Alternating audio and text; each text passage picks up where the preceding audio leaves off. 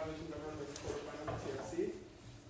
If everyone's ready, 3, 2, 1, go. We're proud to affirm the resolution that the USFG should adopt a no first use pledge for nuclear weapons.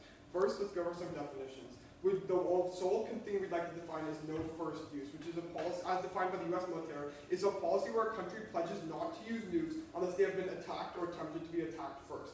So this brings us right to our plan text. Our plan text would pass legislation proposed by Representative Ted Lieu and Senator Edward Markey, which would implement a no first use policy for the United States. Basically, it's pretty simple. They proposed the plan, but Trump doesn't like it, but we feel that it passed. And it's a policy that if the US can only, a president can only order the launch of nukes if a country attempts to launch / has launched nukes at the United States. First, this way round should be weighed on net benefits, or who does the greatest amount of good for the greatest amount of people. Any questions? Right. Our first contention is miscalculation. And the uniqueness is that right now, there are tensions between the United States and many other countries. There are tensions between the United States and many other countries. Specifically, we look to China, Russia, and North Korea. In China, there's a trade war going on, and Trump has made many derogatory statements regarding Xi Jinping. In Russia, there's still lingering suspect that Vladimir Putin's attacking and hacking the US elections and meddling, and North Korea has always had rough tensions with the United States. But the second uniqueness argument, we'd argue right now many countries are developing more nuclear weapons. Specifically, China has implemented a plan to increase their nuclear capacity by up to 50%, and Russia's constantly on the edge to bring back old Soviet nukes and build them even more, and other countries are doing so too. But here's the major argument. Currently, every major nuclear power other than the United States has a no first use policy. You know the fact that China adopted one in 1964, and Russia adopted one in 2010. However, the United States has failed to adopt it. And this brings me to our second argument, which says many major denuclear negotiations are stalled right now because of the US's refusal to adopt. Specifically, you look to the South China Sea article that said that Xi Jinping did not want to negotiate with the United States for denuclearization until the United States signed a no first use policy, as he felt threatened. The same thing was true with both Vladimir Putin, who specifically called Trump out on not adopting a no first use policy, saying it would be super hypocritical and bad for him to not do so in the first place. So we can say specifically that we have more arguments about this. Specifically, Donald Trump's negotiations with North Korea were stalled because Kim Jong-un felt threatened by the US refusal to adopt the no first strike policy. When they were negotiating, Kim Jong-un had that as one of his central contentions, and he absolutely refused to do it in the first place. But we can also look at the fact that when Iran was negotiating their denuclearization policy, they were mad, they were wondering what the hypocrisy was, or why the United States wanted them to adopt the no first use strike policy when the United States hadn't adopted one first. This brings me to our next link, which is related to denuclearization. The Harvard Kennedy Business School says that the United States' failure to adopt a no first strike policy has caused hundreds of unnecessary nukes to build. We can look at this argument is because Russia and China, all countries want to denuclearize, but the problem is right now Russia and China feel threatened by the United States. So since they feel threatened, they're refusing to denuclearize or do anything in the first place. I'll take it at the end of this point. So what happens if we pass the plan? We change this because by adopting no first use strike, we clearly delineate to other countries that the United States will not attack. As I'll get into my second contention, Trump is pretty unpredictable. But so clearly passing a law that prevents Trump from attacking, other countries will be more willing to negotiate with the United States regarding denuclearization. Specifically, we prevent the risk of miscalculation. According to the Union of Concerned Scientists, right, that the United States adopting no first use could reduce the risk of a nuclear war to a statistically 0 probability. That is a huge argument. Moreover, Professor Kimball from the military arms at Harvard says that the Cold War was literally caused by a lack of a no first use policy as countries continued to escalate in a prisoner's dilemma because both sides feared the others at the same rate. However, if they both adopted no first use, there wouldn't be any problems. So what are the impacts of passing this? One, we prevent the risk, almost get rid of the risk of nuclear war because the United States becomes the last actor to adopt no first use. Nuclear war is really bad, as you can imagine, because it most likely causes extinction and other bad consequences.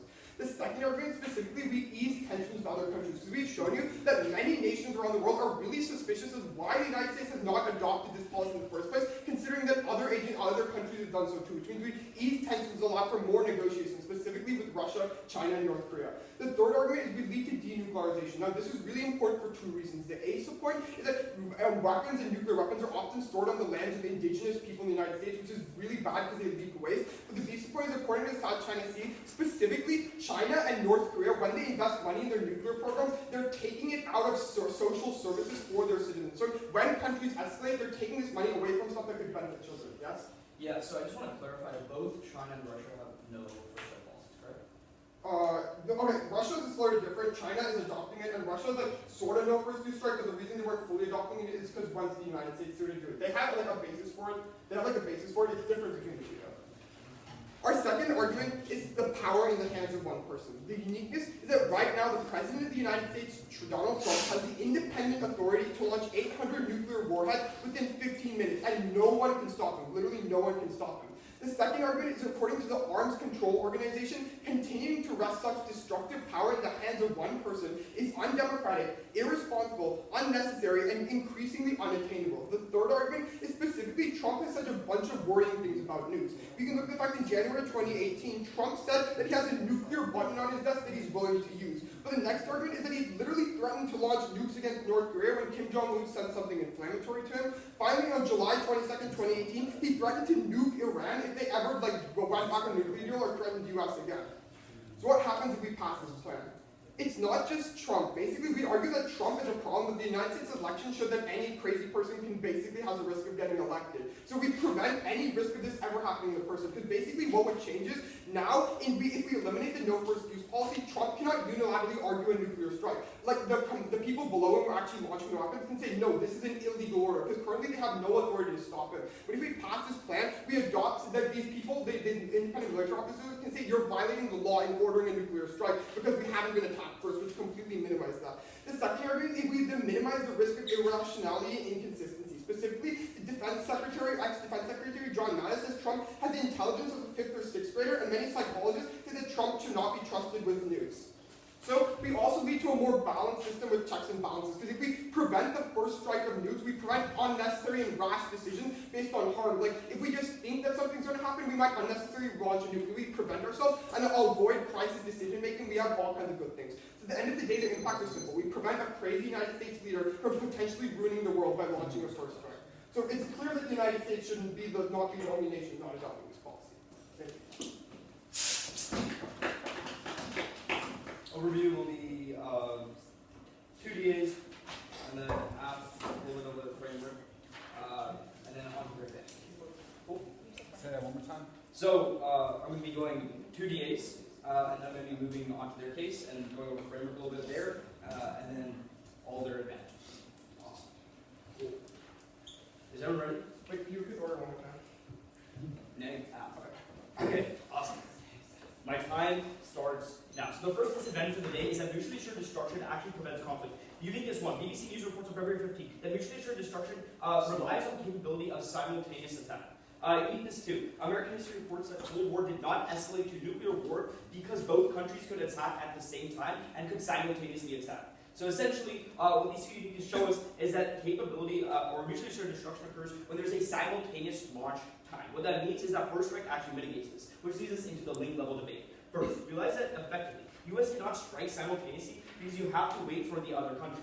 Second, other nation could destroy U.S. capability before we can strike back. And third, they can overload our defense systems by launching their entire arsenal, not allowing us to respond. This leads to the following impacts. The first is a decimation of the United States. And realize that this happens because of capability decreases when we actually have this no first strike policy. Realize that we are actually bound to not launch our strikes until we are attacked. At that point, we can already see that these other actors, because of the 3 links, they can actually attack us before, destroy our capabilities, they can overwhelm our defense systems, and effectively the United States cannot strike back, leaving us like a sitting duck. This is obviously going to be problematic because we're going to see the collapse of the American regime. Realize that America in itself will fall because of these nuclear attacks. We're going to see millions and millions of deaths, and we're going to see complete decimation of the United States. Realize that at that point when we're losing lives and when we're seeing that safety decreases overall, this is an automatic vote for the negation because we need to preserve American life, we need to preserve our defenses. But the second disadvantage for the day is that of proliferation. Uniqueness 1. The Brookings Institute reports on June 7th that U.S. first strike has served as proliferation deterrence because actors fear nuclear decimation from the United States. Uniqueness 2. Newsweek reports on June 18th of 2018 that U.S. has the second most nukes in the world with 6,450, second to only Russia. Uniqueness 3. The Council on Foreign Relations reports on April that U.S. has stopped many Middle Eastern and rogue actors from proliferating exponentially using the threat of nuclear weapons and all other nuclear weapons. Now on to the link. Huh? Can Can you repeat your third uniqueness? Yeah, so United States has stopped many Middle Eastern and rogue actors from proliferating exponentially using the threat of nukes. I have a lot to get to, I'll take later if I have time. Link 1. Realize that the affirmative plan effectively disables the United States from using their nukes to destroy other nuclear arsenals. Realize that means it's a no first strike policy. We can't use our nukes out in offensive use, and we can't dismantle these other regimes, and we can't force them to do anything. Second, realize that we part of that is that we can disable the nuclear threat, but after that, realize that we disable, once again, mutually assured destruction. What this means is that there's no incentive for these other rogue states to not proliferate, because they realize that the United States can't use their nukes to actually dethrone them, and for that reason, they're going to continue to proliferate. Also realize that the proliferation of conventional weapons also occurs when nuclear weapons decrease. This was seen when the United States actually started denuclearizing in the status quo. We saw that a lot of these Middle Eastern nations actually started increasing in their nuclear arsenals, and they also started increasing their conventional weapons. So let's go on to the impact today. First, realize that there's going to be proliferation in North Korea. Now, the South China Morning Post reported on October 28th that both South Korea and Japan will also militarize when North Korea actually militarizes. We see that North Korea is going to militarize, and they're going to actually nuclearize even more, because in the same examples, we see that in this, we want to see that, obviously, the only thing that's keeping North Korea at bounds right now is the fact that the United States has nukes, and they're able to decimate North Korea, and they're able to force them into a corner. But realize that when the United States takes, I have a lot to get through, I'll take later if I have time. If the United States does not have this anymore, we actually see that North Korea is going to start proliferating, leading to both South Korea and Japan doing the same. Then, CNN reports on April 5th of 2019 that in response to both Japan and South Korea militarizing, China is also going to move into the South China Sea. In fact, on April 5th, 2019, they moved 200 ships into the South China Sea after Japan increased their defenses. Now, this is obviously problematic because this increases miscalc. Realize that the fact of the matter is, miscalc increases when there's more actors in the region actually having this military and all these other defense systems and all these offensive systems. So realize, just by the United States actually taking back their nukes, we said North Korea is going to proliferate and it's going to cause all of these link chains to happen, leading to miscalc to increase. Realize that miscalc increases because one destroyer can be seen as an offensive thing, leading into conventional and nuclear war in the South China Sea. So let's talk about the impacts of conventional and nuclear war. Realize that both conventional and nuclear war are equally dangerous in the region. Realize that conventional warfare can lead to around 10 million deaths in the South China Sea alone because of how many weapons are pointed from North Korea to South Korea to Japan and China. Also realize the fact that all these nations, or North Korea is a nuclear actor and can easily bomb both Japan and South Korea. They've shown their capability to do so, but also realize that this is actually going to entrench the Philippines as well. Realize that Duterte say that if the South China Sea escalates, that they themselves will actually go in a suicide mission against China, leading to even more war and even more famine. China will respond with nuclear weapons and conventional warfare, leading to another additional 10 million deaths, and we can see that both conventional and nuclear war are imminent in this scenario.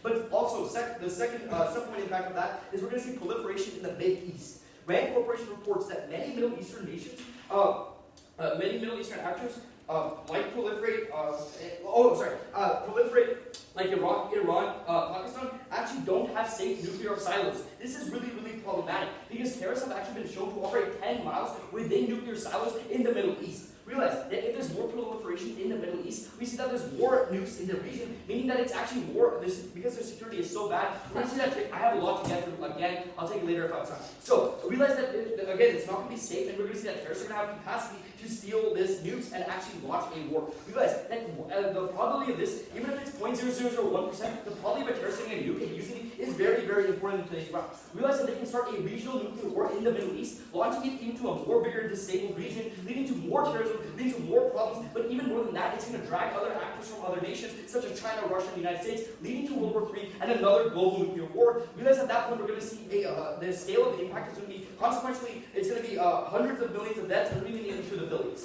With that in mind, let's go on to the affirmative case.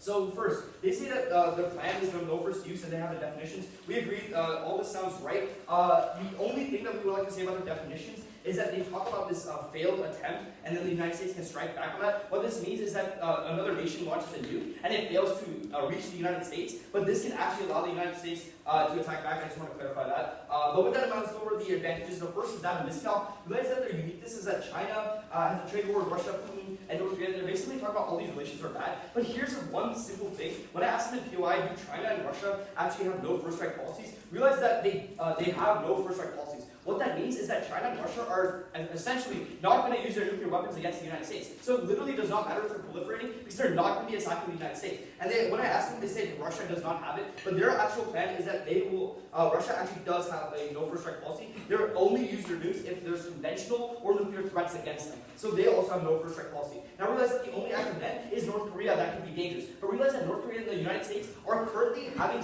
peace talks because, as Joe Knight tells us from Harvard, what he tells us is that the United States is forcing them into the corner because of the hard power. Because the United States is able to use their nuclear weapons to force North Korea onto the table, we're actually able to see that North Korea is moving to denuclearize. This is really, really important because taking away first strike policy actually turns this whole argument and turns Miscalc onto our side. Because realize, then we're not binding North Korea to anything. We no longer have the soft power to actually force them to do anything, as Joe Knight tells us. Turn all their impacts. Realize that all these hundreds of nukes. Oh wait, first mitigate. Mitigate because Russia and China won't use these nukes because of their no first strike policies. But then North Korea is not going to be using. North Korea is in the status quo being forced to take away these nukes, so we solve on that. On the second thing, they say Trump is not a bad actor and he's irrational. Realize that Trump is not stupid enough to start a nuclear war. Every country cares about their self-interest and self-development. Trump is not about to launch our own nuclear war. Don't buy that link. It's very shady. My partner will go over everything else. Thank you.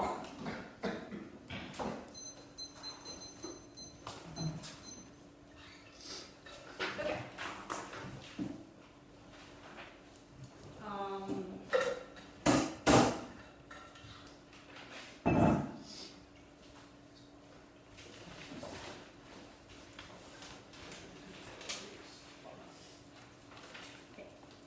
Also, everyone okay with a little bit of tag teaming? Should have asked this before. I'll repeat what he says. Just as long as it's not. It won't be excessive.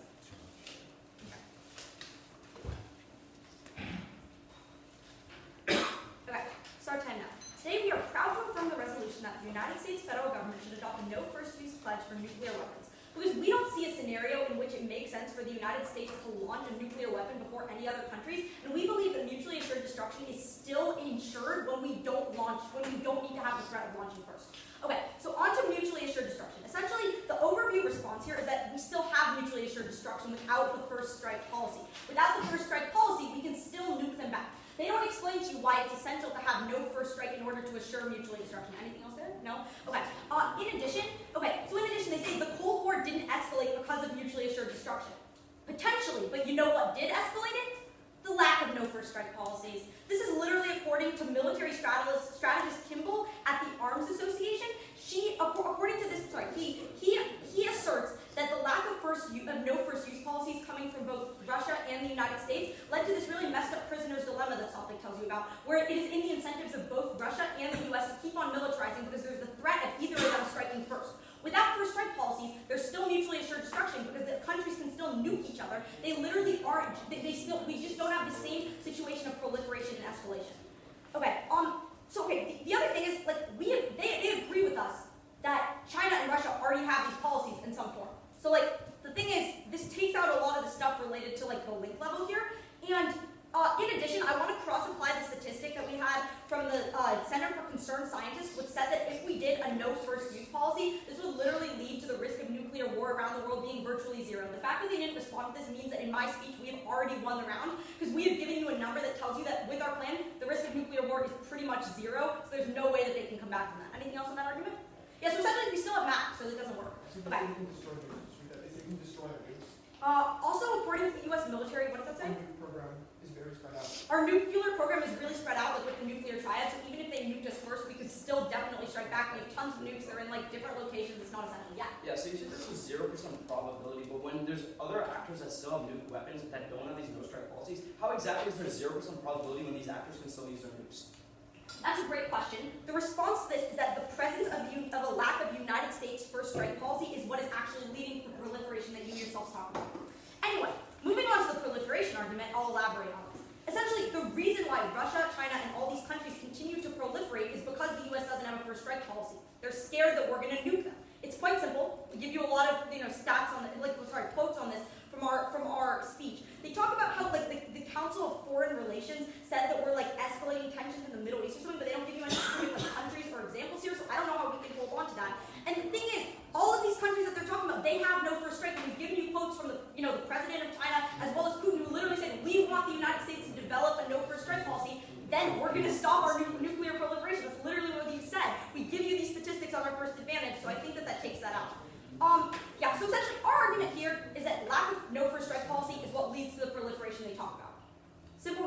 give you quotes from world leaders, and we also give you the 0% statistic that there was no response to. Okay, they're telling, okay, yeah, so the key argument here, like just on this entire argument, is that all of the world leaders they talk about have called for the United States to adopt a no first use policy, and they themselves haven't. So I don't see how this is going to lead to proliferation when they themselves have said, we will stop proliferating if you do this. This is what is causing our proliferation because we're scared of this first strike. Anything else? Okay, on the Japan scenario, the Japanese new prime minister, as Salford told you, literally has argued in favor of having the no first strike policy, having this proposed by the United States. That takes out that scenario. And related to North Korea, I mean, we still have mutually assured destruction there, so nothing bad's going to happen. The real threat in that scenario is with Trump's all of his escalated rhetoric on North Korea, that we strike first and then lead to some crazy scenario with nuclear war that was like a result of miscalculation. The threat there is escalation, which is going to come as a result of a lack of a no first strike policy. Okay, moving on to our arguments.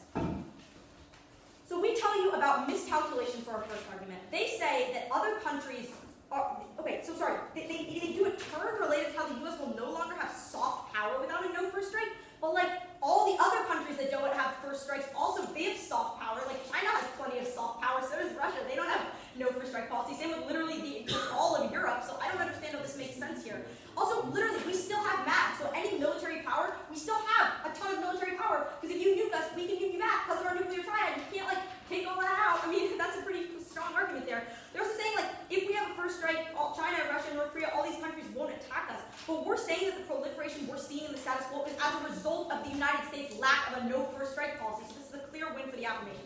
Essentially, the overview on the uniqueness level here is that we have a ton of tensions right now, and what's causing the tensions is the United States' lack of no first use policies. The leader of all these countries that we describe have called for the U.S. to adopt a policy, just like they have, to end our hypocrisy and to promote a more safe future. Okay, I'm going to do some extensions. So essentially, I think it was the fourth uniqueness point, it was related to how many negotiations are stalled right now as a result of the United States not having a no first use policy. This is related to the South China Sea. South China Sea president says, hey, we want to come to a conclusion with you, President Trump, on the South China Sea, if you just do the one little thing of developing a no first use policy. No response on that. Same related to Putin being more interested in negotiations and Iran. Take it at the end 5 times. Thank you so much. Moving on. Wait, what was the Kennedy School thing? The Kennedy School said that the U.S. failure to do it caused other countries to build tons of nuclear weapons. Flow through the argument that the Kennedy School made, which was essentially the proliferation link that they are missing, which is that the lack of the United States no first use policy is the link to their proliferation impact, so that's pretty clear there.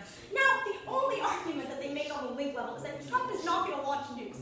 But he's literally the most irrational president we've seen. We give you quotes from him that says he's threatened North Korea, he's threatened Iran, he's bragged about his nuclear button being bigger than North Korea's and it's like being on his desk.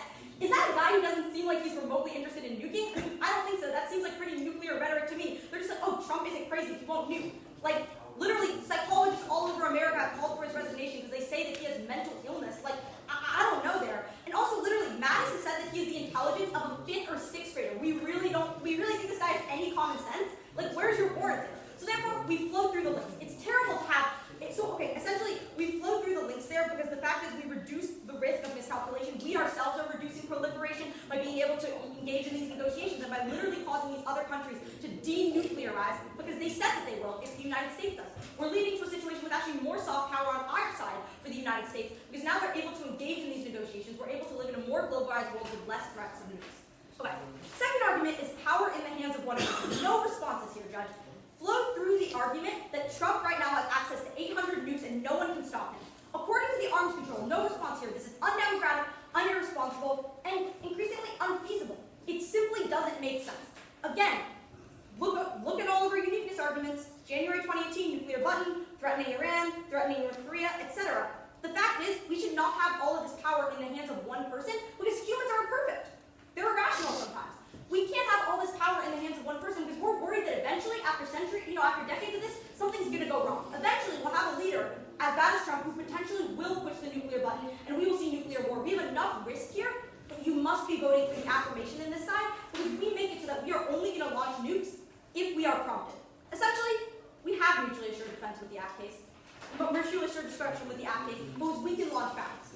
The lack of the United States first strike policy is actually the internal link to the proliferation that the Knight talks about. We do not believe that all of this power should be in the hands of one man, and we believe that miscalculation is a huge threat. So for all these reasons, please vote for the affirmation.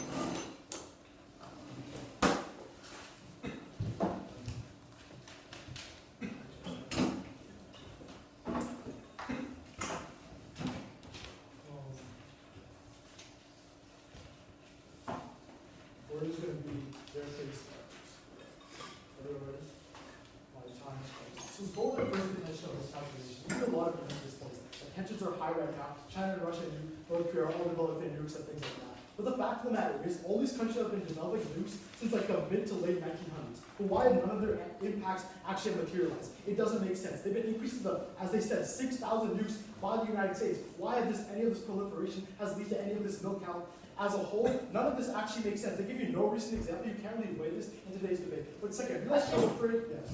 Yeah, so okay, if you're saying that why hasn't the proliferation of nukes led to nuclear war, isn't the inherent argument there that eventually it might? There's a low risk but a huge negative consequence, so we should be weighing the magnitude and the probability? The burden that you guys have to prove is to show us that this is a likely scenario.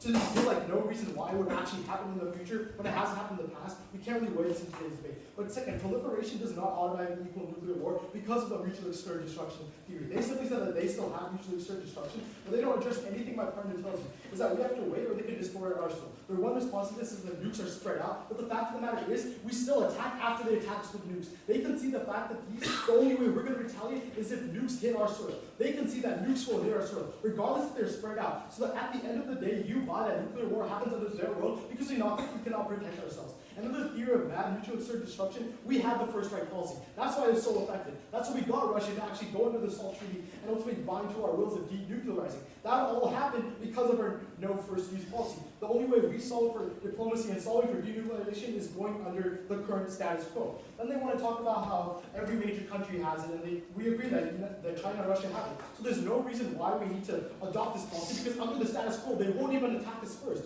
Meaning there's no reason to believe that there's going to be miscalculation. Let me give you an example of North Korean talks stalled specifically because of this whole idea of first use policy. That's not true at all. They literally did not continue to have these talks because of the sanctions the United States put on North Korea. That's the reason why they stopped these talks in the first place. Don't let them make this huge jump. Second, on the point of Iran, again, that was because they were mad at us for the embargo. That's not because we have a first strike policy. These examples don't really make sense. Now they want to talk about South China Sea. That was a territorial conflict. It has nothing to do with nuclear missiles and things like that. And on Russia, Russia is always going to be an aggressive actor. The fact of the matter is, we can check back for that because of our first use nuclear strike policy. Russia's continued to be more aggressive. The only way to stop a whole-out war is by going with the current status quo. The fact of the matter is, as NPR reports, right now Russia has immense military advantage in Europe and China has immense military advantage in South China Sea. The only reason they haven't attacked on the conventional level is because they fear the United States retaliating. Remember, right now the United States can't retaliate if they feel they're being encroached upon, especially in the Baltic states, where Russia has been conducting military strikes or military drills and things like that on the conventional level. And the only way to check back for this is going under the current status quo. If you want to solve for miscalculation, if you want to stop all these drills from actually escalating to a full out conflict, you go with the status quo. Now let's go on to the impact. Or this whole idea that this one piece of evidence that you want to blow out of proportion, they're going to decrease the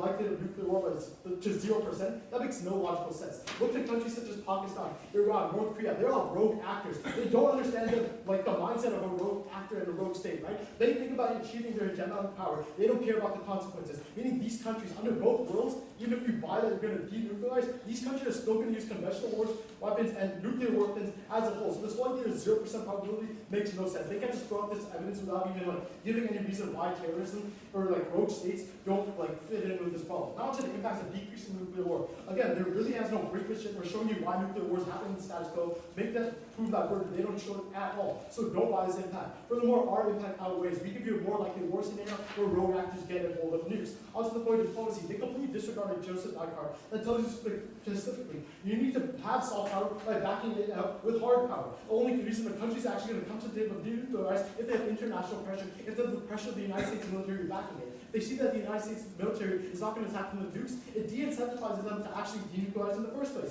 because they see that the United States is not a threat. Now to the point of, they talk about denuclearization affecting the indigenous people, realize that current technology is already solving for this as a whole, and this problem isn't really unique because nukes are still going to exist in both worlds. On the point of South China Sea, they can say it takes money out of social services, but the fact of the matter is Chinese leaders are just going to put the money into their other parts of the military. There's no reason why they're going to put in social services. That doesn't make any sense. Let's go on to the second contention. I think this is just a time suck because they simply said that Donald Trump, based on his few tweets, and because he's a crazy person that acts like a fifth grader, that ultimately he's going to cause a nuclear war. That's a huge link up, right? Just because it's a loose cannon on Twitter doesn't mean he's actually going to cause a nuclear war. That makes zero sense at all. They don't really show you why this is true. Just because he's a crazy person and may not be liked by the United States doesn't mean he's not a rational actor. But the worst case scenario, if you buy that he's going to cause a nuclear war, there's still nuclear codes, right? There's multiple nuclear code launch codes that need to be put into a, as a whole, to ultimately have these nukes to be launched. And if people see that this launching of these nukes is not just, they're going to risk going to jail. That's going to the worst case scenario, even if you buy anything that they say. But they come, because they come from other people. These nuclear launch codes are not restricted just to Donald Trump. Now on to the point, they talk about this one person should get all this power. The fact of the matter is, it's still one person controlling the nukes, even if you buy the narrative in both worlds. So the fact of the matter is, we want to be in a world that's more prepared to respond. That's under our world.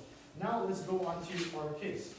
First, on the point of mutually assured destruction has decreased conflict. They simply said they still have access to mutually assured destruction, but remember, it's too late to nuke at that point. The fact of the matter is, Russia and China already have no first strike policies. And the fact of the matter is, as they haven't been encroaching in the nuclear level against the United States. That's the status quo, because they know the United States will retaliate. The fact of the matter is, if we want to preserve this mutually assured destruction, it's more effective under our world, right? Because we see that the United States has the ability to attack them without being attacked first. Then this whole idea, we have to wait a certain amount of time, they don't respond to this at all, to ultimately launch nukes in response to this. So the fact of the matter is, under their world, if we see a nuke getting launched, we still have to wait a certain amount of time before we see it's an actual threat. Under our world, we can simply see that, oh, they launched a nuke, so we're going to take these actions. That ultimately stops conflict as a whole. On to the point of destroying our arsenal and decimating the United States. Again, the only response to this is they're spread out. But the fact of the matter is, nukes will still reach the United States soil. They still consider the fact that it's decimating the United States. This is the biggest impact of today's round. We're looking at it through the lens of the United States government, so you can be hydrating this impact over all else. Now let's go on to our second impact of proliferation. We completely misinterpret our argument. We tell you when the United States no longer has a first strike policy, then other actors believe that the United States is less capable of attacking them and less capable of defending them. There's two links here, right? First on Japan and South Korea and North Korea and all of that. They simply said, the Japan Prime Minister has said that they want the United States to denuclearize and things like that. But the fact of the matter is that the military relies on the United States. Japanese military and the United States military are heavily intertwined. So if they see that the United States military is less prepared, they're going to be more inclined to increase their military arsenal. It's happening in the status quo. That's what's only going to be proliferating under their world. On this point of terrorism, they really don't even address this point at all. We tell you that rogue actors like Pakistan, who's been literally selling nuclear weapons and energy supplies and things like that to rogue nations such as North Korea and other terrorist groups. I don't want to get there.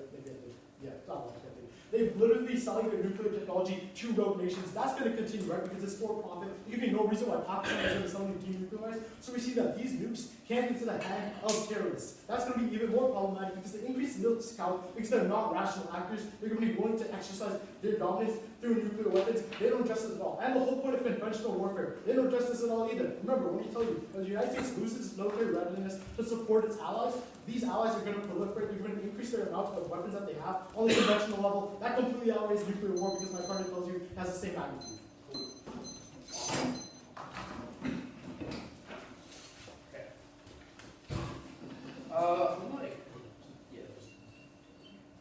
Okay, so I'll do small overview, which is just two punchlines, and then I'll do voters after that. Cool?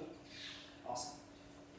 My time starts now. Realize that the affirmative loses today's round because they don't fulfill, the AF loses today's round because they don't fulfill any of the burdens. The first burden that they don't fulfill is when they themselves concede that both China and Russia have no first strike policies. What this means is, regardless of if China and Russia are proliferating, that means that there's no impact because they can't use their weapons first because they have no first strike policies. At that point, you're going to be dropping those two actors from this whole idea. So we win on proliferation because let's look at the whole debate when it comes down to proliferation. We show you that proliferation occurs by rogue state actors, and that the only way that we can solve for this is, as Joseph Knight tells us, through soft power, which is enforced by hard power. This is a completely dropped card. You're going to be flowing all the way across. Let's look at the example of North Korea, a rogue state actor that has been nuclearizing. We force them to start denuclearizing because of peace talks that happened only because they had nuclear weapons pointed at them. They were scared of nuclear decimation.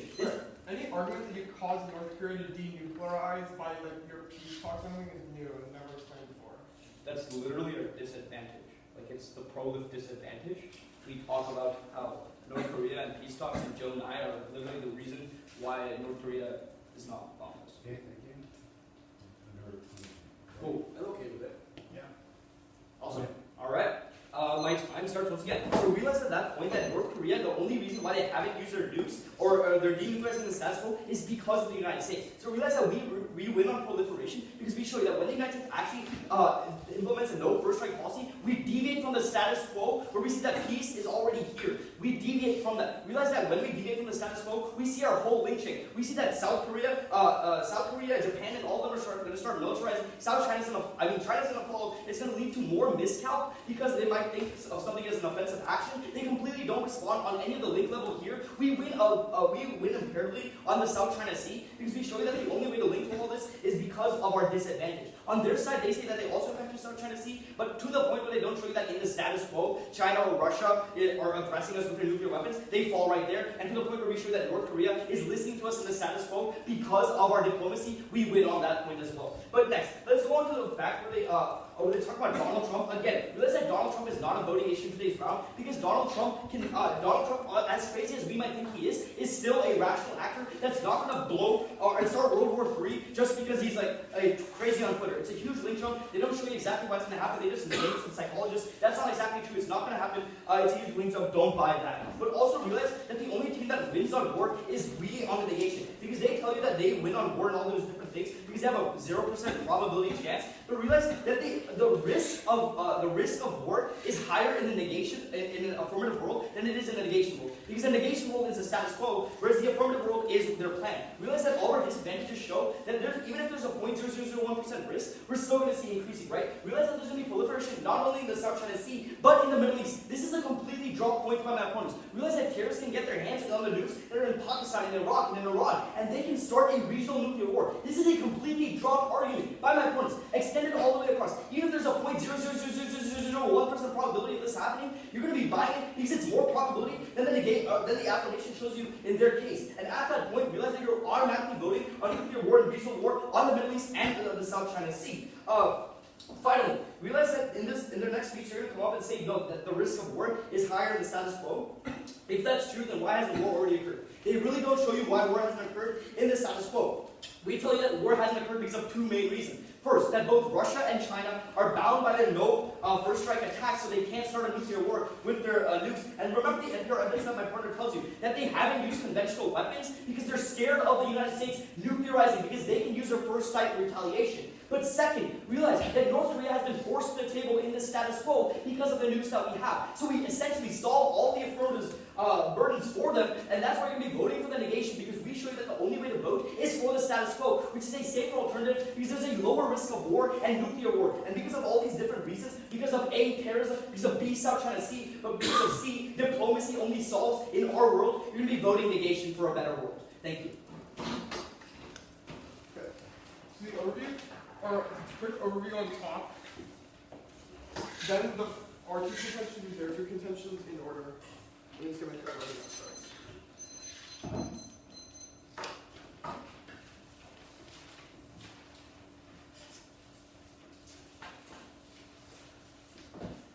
Alright. Is everyone ready? 3, Wait, two, one. The problem with the furnace case is they completely missed the actual purpose of the first dissent, which is about denuclearization. This debate will come down to who can best reduce the chance of nuclear war, and it's clear that the firm is winning. Let's go over to the first advantage, which is about miscalculation. Here's the problem. Extend the evidence that the only reason why Russia, China, and North Korea are nuclearizing and building nukes in the first place is because of the United States. Specifically, we say that Xi Jinping has pushed for the United States on repeated occasions to sign a no first use policy, but he never has. The impact of this aren't nuclear war, like they misguided. They completely dropped the second part of this impact, which is really important. Here's what happens.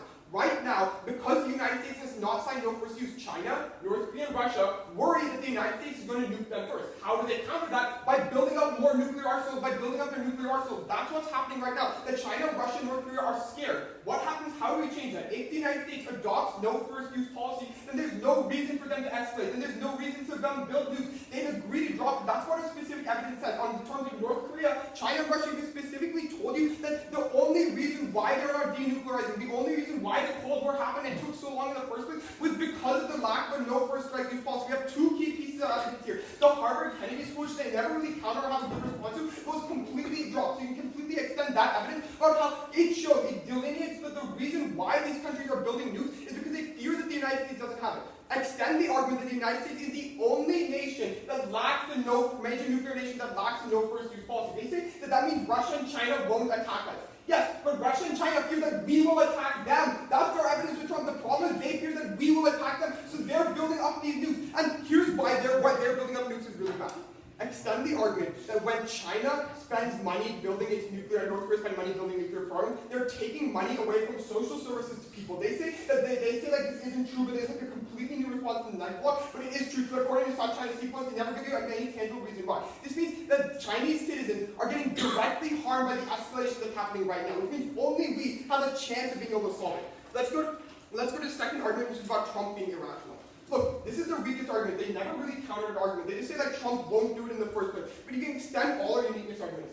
Trump is the only person who can launch nukes right now in the status quo. Only Trump has the power to do it. There's no check back. If he orders someone to do it, he can do it himself. There's no answer to this. You can look this up in your own round. What is the problem with this? There is a chance. Trump is a very irrational actor. He's literally threatened people in the past, which he will launch a first strike. He possibly could do it. But even if he doesn't do it, there's a chance that we can elect another crazier leader who would do it in the first place. This is why it's so key to pass this policy. Because if we pass this policy, we completely get rid of any risk that the United States president can unilaterally launch a nuke at another country. This is really important because then we have institutional checkbacks to prevent this from happening in the first place. The biggest nuclear risk right now is Trump. Yeah, the biggest nuclear risk right now is Trump. Like, they try to think these other countries. The biggest risk right now is Trump, because Trump is the internal link to why these other countries are nuclearizing and building up so many programs in the first place. They fear Trump. They fear that why doesn't America have this no first use policy? The reason they don't, they fear that they're going to get attacked in the first place, which is probably insanely bad. Okay, let's go over an overview of that. Look, here's how no first use strike policy works. All these countries have adopted no first use. If the U.S. adopts it, then they don't have to fear the United States. Specifically, Kim Jong-un, in his negotiations, said that he wondered why the United States doesn't adopt no first use. Like, the reason Kim Jong-un is feeling so threatened and behaving so irrationally in the status quo, which they are defending, is because he fears that the United States will attack him. How do we soothe his fears? How do we know that the United States will not unilaterally attack him first? If we sign a no first use, then we end the aggression. We end the aggression with China. We end the aggression with North Korea. We've clearly shown you that all these countries want us to sign no first use. Both South Korea president and the Japanese president want us to sign a no first use policy in the first place, which is really, really important and a really, really big counter to the entire case. Finally, the second argument is a bunch of these different scenarios, but here's the problem with all of them. Like, especially when they talk about North Korea and the Middle East.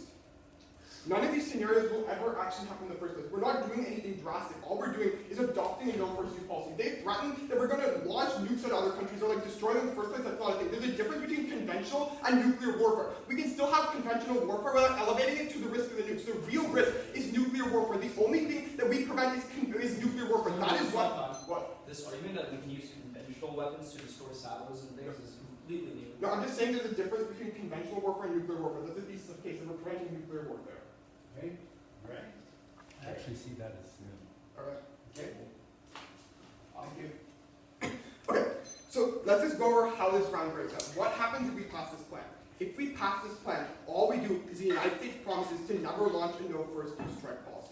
What are the consequences of that? We've shown you numerous evidence that if we stop doing this, other countries will no longer denuclearize. Because think about it in their shoes. Why are they nuclearizing right now? Why are these countries being so aggressive? The reason they're being aggressive is because they're worried that an irrational leader like Trump would attack them in the first place. How do we prevent that fear from happening? We stop our nuclearizing. We say that we will not attack them. Legally binding, we will not attack them. That is the most important impact of the round. Because if we take the first step to prevent other countries from attacking us, this will cause the most amount of good. So at the end of the day, it's a clear vote for the affirmative. Because only we control the internal link to stopping nuclear war. Thank you. Good job, guys.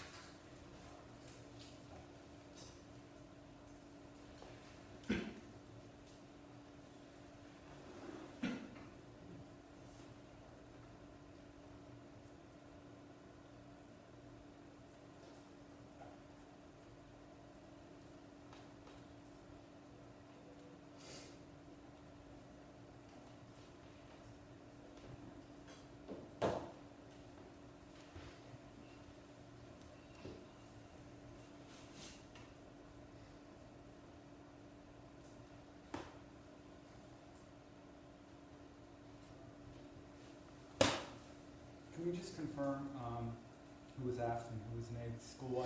Menlo-Atherton was aft and Archbishop Mitty was neg. I didn't hear that. Menlo-Atherton was aft and Archbishop Mitty was neg.